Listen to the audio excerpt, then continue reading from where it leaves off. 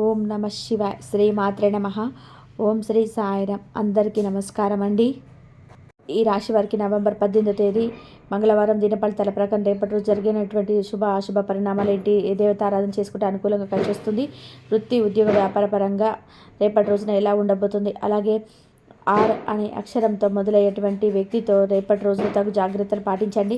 మీకు జరిగేది తెలిసే నిజంగా ఆశ్చర్యపోతారండి. రేపటి రోజున జరిగేటువంటి పూర్తి అంశాల గురించి మనం ఈరోజు ఈ వీడియోలో తెలుసుకోబోతున్నాం. కాబట్టి ఈ వీడియోని ఎక్కడ స్కిప్ చేయకుండా చివరి వరకు వినండి. మీకు ఏం చెప్తున్నానో పూర్తిగా వింటేనే అర్థమవుతుంది. ఇప్పుడు ఈ రాశి వారి గురించి రేపటి రోజున జరిగే పూర్తి అంశాల గురించి తెలుసుకుందాం. ఈ యొక్క రాశివారు తెలివితేటలు ఎప్పుడు కూడా ముందుండి అందరినీ కూడా నడిపిస్తూ ఉంటారనమాట. అంటే వీరి మాట, వీరి తెలివి, వీరిని చూసి చాలా ఆశ్చర్యపోతుంటారు చాలామంది. అలాగే ఎదుటివారు వీరితో పదే పదే మాట్లాడేటువంటి ప్రయత్నం కూడా చేస్తారండి. ఎందుకంటే వీరి మాట తీరు అనేది చాలా అద్భుతంగా ఉంటుంది. ఏదైనా సలహా ఇచ్చినా కూడా సలహా అనేది ఎదుటి వ్యక్తులకు చాలా బాగా ఉపయోగపడుతుంది. కాబట్టి ఏంటంటే కొంతమంది వ్యక్తులు వీరితో మాట్లాడాలని చెప్పి రకరకాలుగా ప్రయత్నిస్తుంటారనమాట. అంటే ఎప్పుడు కూడా సంతోషంగా ఉండాలని అనుకుంటూ ఉంటారు. వీరితో ఉంటే సంతోషంగా ఉంటామని చెప్పి వాళ్ళు కూడా ఎదుటి వ్యక్తులు కూడా అనుకుంటుంటారు. అలాగే వీరేంటనేది ఎవరికి అంతు చిక్కదండి. అంటే ఎదుటివారి మాట వింటున్నట్టుగా వీరిపై కనిపిస్తారు. ఎదుటివారు చెప్పినట్టుగా అనిపిస్తుంది. కానీ స్వతహాగా ఎవరి మాట వినరు. ఎవరు చెప్పినటువంటి మాట వినకుండా వీరి ఓన్గా డెసిషన్ తీసుకుంటూ ఉంటారు. వీరికి ఏదైతే అనిపిస్తుందో అది చేస్తారు. ఆ పనులే వీరి జీవితంలో సక్సెస్ అవుతూ ఉంటాయని చెప్పుకోవచ్చు. ఎదుటివారి మాటలు అసలు వినరా, ఎదుటివారి విలువ తెలుసుకోరు, ఎదుటివారిని గౌరవం ఇవ్వరా అంటే అలా కాదనమాట. వీరి మాట ఎప్పుడైనా కానీ అందరు వినాలని కూడా అనుకోరనమాట. అసలు చాలా మంచి మనస్తత్వం అండి ఈ యొక్క రాశి వారిది. వీరికి ఉన్నటువంటి తెలివైనటువంటి, అలాగే వీరికి ఉన్నటువంటి తెలివైన తత్వానికి వీరికి ఉన్నటువంటి అందమైనటువంటి, అంటే చెప్పుకోవాలంటే ఈ నిజంగా చాలా అందంగా ఉంటారు, చక్కటి రూపాన్ని కలిగి ఉంటారని చెప్పుకోవచ్చు. అలాగే ఈ యొక్క వీరికి ఉన్నటువంటి తెలివితేటలు అంతే విధానంగా వీరి యొక్క మంచితనం అనేది ఎదుటివారిని అట్రాక్ట్ చేస్తూ ఉంటుంది అనమాట. ఇంకా చెప్పాలంటే కనుక రేపటికి చేతి నిండా కూడా వీరికి ధనం అనేది అందబోతుందండి. అవసరానికి సరిపడా చేసే విధంగా వీరికి డబ్బులు అనేది ఉంటాయన్నమాట. అది ఉన్న వాళ్ళైనా సరే, మధ్యతరగతి వాళ్ళైనా సరే, అదృష్టం అనేది వీరికి హఠాత్తుగా ఒక రోజులోనే వచ్చింది. అదృష్టం అనేది చాలా అనుకుంటూ ఉంటారు కదా, అలా వస్తుందన్నమాట రేపటి రోజున వీరికి అదృష్టం అనేది తలుపు తట్టబోతుందని కూడా చెప్పుకోవచ్చు. వెన్నంటే ఉండి నడిపిస్తూ ఉంటుంది. ఏంటంటే వీరికి ఉన్నటువంటి మంచితనం వల్ల భగవంతుడు వీరికి ఇచ్చినటువంటి గొప్ప అవకాశం, అలాగే అనుగ్రహం అనేది కూడా చెప్పుకోవచ్చు.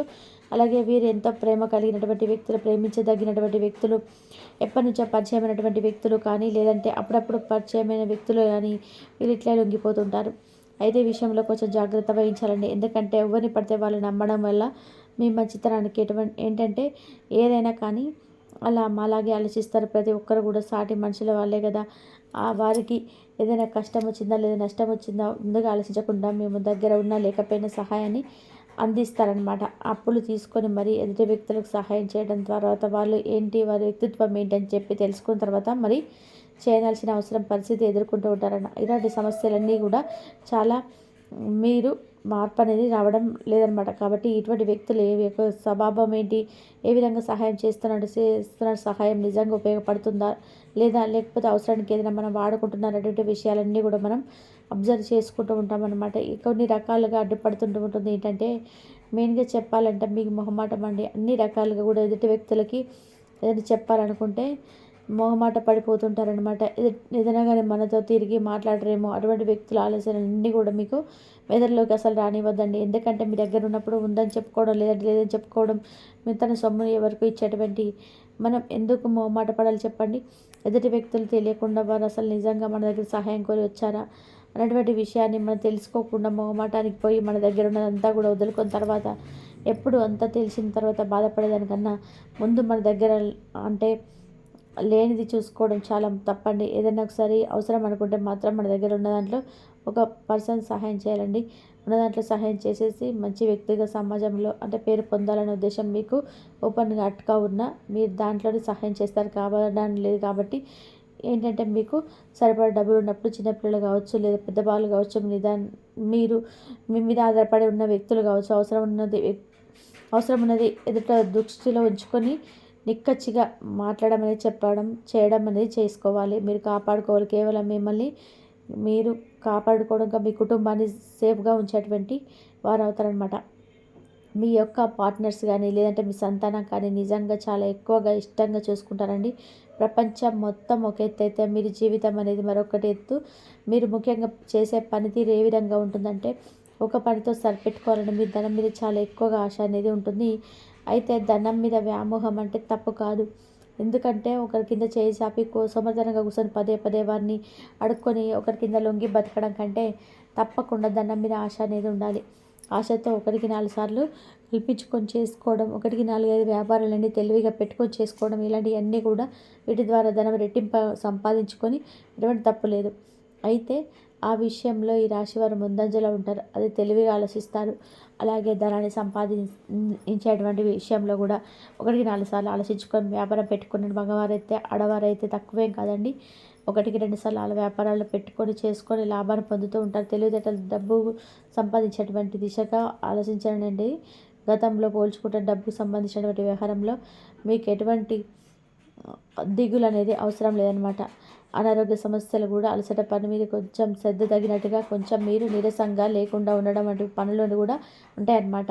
ఇటువంటివన్నీ మీరు చేసుకోవడం వల్ల మీ మనసు అనేది చాలా దృఢంగా నిశ్చయంగా ఉంటుందండి. అలాగే ప్రతిరోజు కూడా మీకు దగ్గరలో ఉన్నటువంటి ఏ దేవాలయమైనా పర్వాలేదు, ఈ దేవాలయానికి వెళ్ళి చక్కగా అక్కడ ఉన్నటువంటి స్వామి అమ్మవార్లను దర్శించుకోవడం, మనసును ప్రశాంతంగా ఉంచుకున్నటువంటి పనులన్నీ ఇవన్నీ ఎంత బిజీగా ఉన్నప్పటికీ కూడా మనం ఇవన్నీ చేసుకోవడం వల్ల రోజుకు మనకు తెలియకుండానే ఒక బూస్టింగ్ అనేది మన శరీరంలో వస్తుందన్నమాట. తెలియకుండానే ఏదైనా కానీ మనం ప్రశాంతంగా ఉన్నాము. అలాగే ఉదయం నుండి సాయంత్రం వరకు దైవ పూజ చేసుకున్నాం, ప్రశాంతంగా దైవాన్ని తలచించుకున్నాం కాబట్టి చాలా తెలివిగా రకరకాల ఆలోచన చేయకుండా మనసు అనేది చాలా సేఫ్గా ఉంటుంది. ఈ విధంగా ఉండడం వల్ల మానసికమైనటువంటి ఒత్తిళ్ళన్నీ కూడా ఒకదాని తర్వాత ఒకటి తొలగిపోతూ ఉంటాయన్నమాట. అంటే మనకు మనమే ఇంపార్టెన్స్, మన లైఫ్కి మనమే ఇంపార్టెన్స్ చేసుకోవాలన్నమాట. మనకు మనమే ప్రశాంతత నిబద్ధతతో కూడినటువంటి జీవితాన్ని కొనసాగించడం చాలా తేలిక. ఇంకా ముఖ్యంగా చెప్పుకుంటే దూరమైనటువంటి క్షణాల్లో విడిపోయేంత వరకు వచ్చిన రోజులన్నీ కూడా ముగిసిపోతున్నాయండి. అన్యోన్యంగా ఒకరినొకరు అర్థం చేసుకొని ఓవరాల్గా చూసుకుంటే రియల్ ఎస్టేట్ వారికి, రాజకీయ నాయకులకు కానీ, సినీ రంగ పరిశ్రమలో ఉన్నటువంటి ప్రతి ఒక్కరికి కూడా అనుకూలంగా ఉంటుంది ఈరోజు. ఇంకా విద్యార్థుల విషయానికి వస్తే కూడా విద్యార్థుల పరంగా కూడా చాలా అనుకూలమైనటువంటి సానుకూలమైనటువంటి మార్పులు. అలాగే ప్రతి అమావాస్య కూడా మీరు ఇంటికి బొడిద గుమ్మడికాయ దిష్టి తీసేసుకుంటూ ఉండాలండి. అంతేకాకుండా ప్రతి ఆదివారం ఎర్రటి నీటితో నెలకొకసారి అని ఎర్రటి నీళ్ళతో దిష్టి తీసేసుకుంటూ చేయడం వల్ల గృహ నిర్మాణం చేపట్టాలని అనుకునే వారికి అనుకూలమైనటువంటి సమయం అని చెప్పుకోవచ్చు. ఖచ్చితంగా గృహ నిర్మాణ కార్యక్రమాలని చేపట్టబోతున్నారు. అలాగే భూములు కొనుగోలు చేయబోతున్నారు. అలాగే గృహం అనేది సంపూర్ణంగా పూర్తయ్యేటువంటి అవకాశాలు కనిపిస్తున్నాయి.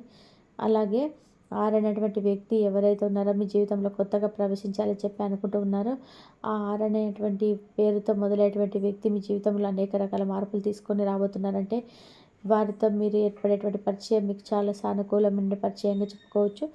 వారి ద్వారా మీరు మరింత ఎక్కువగా బంధాన్ని అయితే పెంచుకోబోతున్నారు. ప్రేమ లేదా స్నేహమైనటువంటి ఒక శ్రేయోభిలాషిగా ఇలా మంచిగా ఒక జీవితంలో గుర్తుండిపోయేటువంటి మనిషిగా మీ యొక్క ఆరనేటువంటి పేరుతో మీ జీవితంలోకి ప్రవేశించేటువంటి వ్యక్తి ఉండబోతున్నారు. ఓవరాల్గా అయితే మీ రోజున మీకు ఎటువంటి ఇబ్బందులు అనేవి కలగవండి. కొన్ని చిన్న చిన్న ప్రయాణాలు అలాగే అంటే కొన్ని చిన్న ప్రయాణాల్లో కొంచెం ఇబ్బందికరంగా ఏర్పడేటువంటి అవకాశాలు ఉన్నాయి. తగు జాగ్రత్తలు పాటించండి. ఈ గతంలో ఇబ్బందులు అయితే మీకు కలిగాయి కాబట్టి ప్రయాణం అనగా ఎక్కడైనా కానీ జర్నీ చేసేటప్పుడు బైక్ మీద వెళ్ళేటప్పుడు ఖచ్చితంగా కొన్ని జాగ్రత్తలు తీసుకోవడం, కార్ల వెనుక నడిపేవారు కొంత సీట్ బెల్ట్ కొన్ని ధరించటం, రోడ్డు దాటేటప్పుడు అటు ఇటు చూసుకొని నిదానంగా జాగ్రత్త పడుతూ ఉండడం, ఇవన్నీ కూడా మనకి ఇవన్నీ ఎదురైనటువంటి ప్రమాదాలు మనకు నివారించుకోవచ్చు అనమాట. ఇలా మనము ఏదైనా మానసిక పరమైనటువంటి ఒత్తిడి, టెన్షన్ లేకుండా ఏం చేయాలని అనుకునే పరిహారాలన్నీ కూడా చెప్పుకున్నాం కాబట్టి ఈ పరిహారాలన్నీ లైఫ్లో మనం మార్చినటువంటి మన పనులు మార్పు వస్తే మన లైఫ్ అనేది పూర్తిగా మారిపోతుంది. టైంకి తినడం, టైంకి పడుకోవడం, కాస్త నవ్వుకునేటువంటి సన్నివేశాలు కానీ లేదంటే కామెడీగా కాసేపు మాట్లాడుకునేటువంటి అన్నీ చేయండి. ఎందుకంటే మనకు మనమే బాడీకి స్ట్రెస్ రిలీఫ్ అయినటువంటి అవకాశం ఉంటుంది. ఓవరాల్గా చూసుకుంటే సంతోషంగా తెలియకుండానే రోజులు గడిచిపోతాయి అన్నమాట.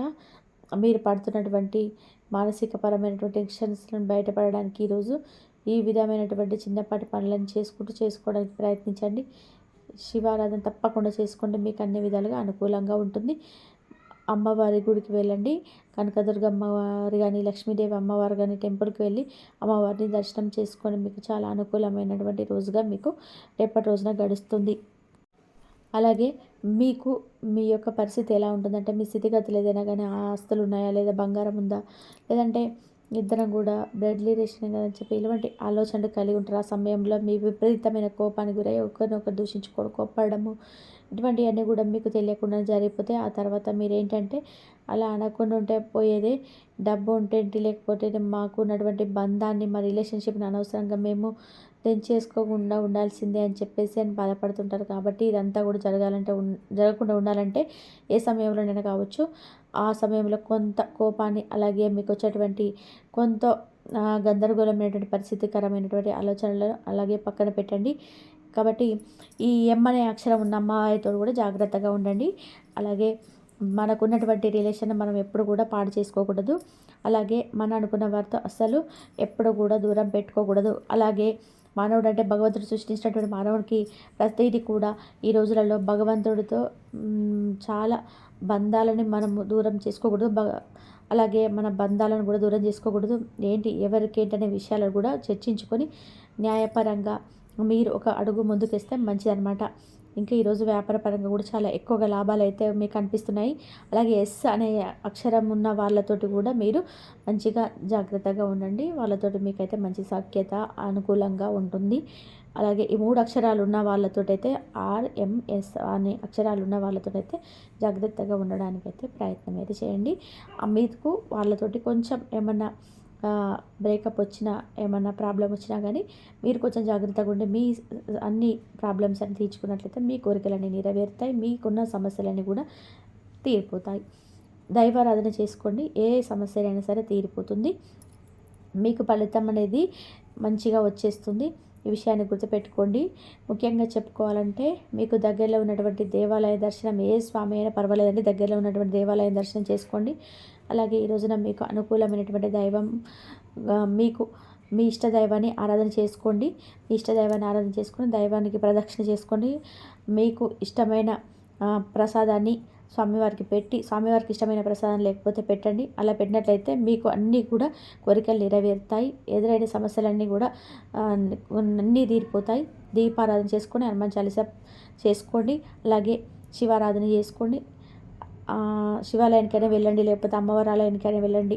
మీ ఇష్టం, ఏ ఆలయానికైనా వెళ్ళినా సరే అనుకూలమైన ఫలితం అయితే మీకు లభిస్తుంది. ధన్యవాదాలు.